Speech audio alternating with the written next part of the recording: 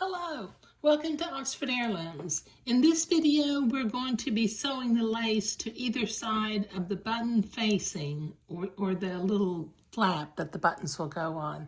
Okay, now since I've never zigzag lace with this Elna 9000 before, I took my piece of buttonhole sample that I had made. I actually did some embroidery in between the buttonholes. I wasn't happy with those buttonholes. That's why I used my old vintage Singer buttonhole attachment to make some really perfect buttonholes. But I worked on my stitch length and zigzag width, and then I wrote some notes to myself. And what I'm going to do with my notes, eventually I will type them up on my computer and tape them to the top of my machine so that I won't have to remember what size or how to adjust the machine to sew lace on. Now I think I'm still working on my tension a little bit because right now I have my tension set kind of high, I think, but once I have the machine serviced, the tension may change, so I'm not going to write notes on the tension yet. Okay, so I've got my machine set to a zigzag, and the stitch width and stitch length for sewing lace on. Now, since when I sew lace, I like to have my lace on the right and my fabric on the left, what I'm going to do is I'm simply just going to catch the fold of the fabric with the needle when it goes in on the left-hand side. So let me kind of get going slowly.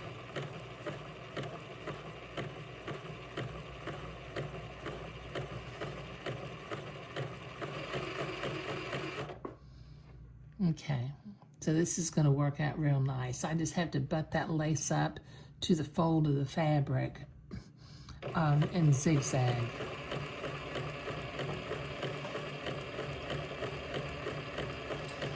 Nice thing about this new presser foot that's on this machine is it has a little black line in the center.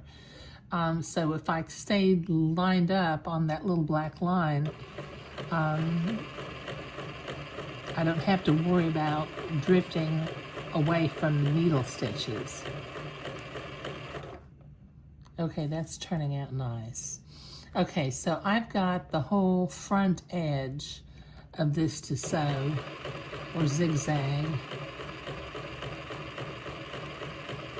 So let me keep zigzagging, and when I get down to the bottom, I'll be right back. Okay, I've got that lace zigzagged to the front fold of the button facing. So now I'm going to turn it over and I'm going to zigzag the lace coming down this way also. Now I can see the line that I sewed on along with the facing line. So I'm just going to keep that facing line on that little blue line of my presser foot. So let me come over here, butt my lace up right next to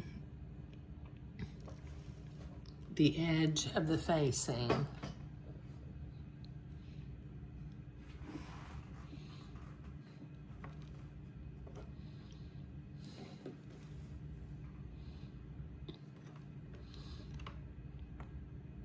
Line the line up right to the left of the header of the lace.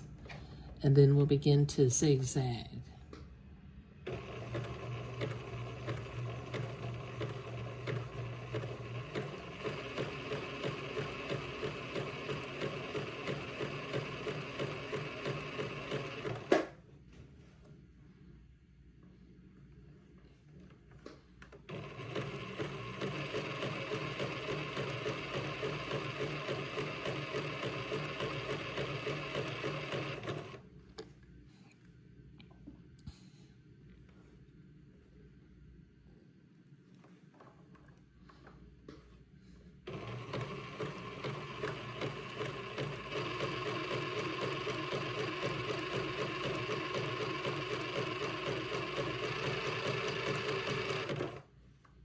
This is going to be real pretty, isn't it?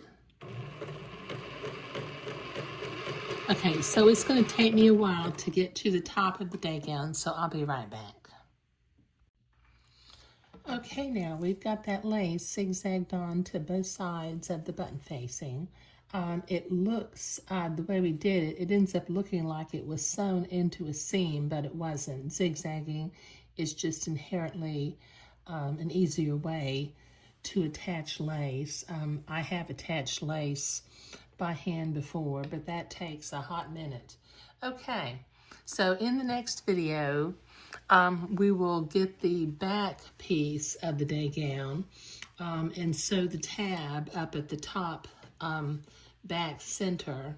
Well, it has a tuck, and then we'll start working on the shoulder seams. But in this video, we were sewing the lace to both sides of the button facing. Thank you.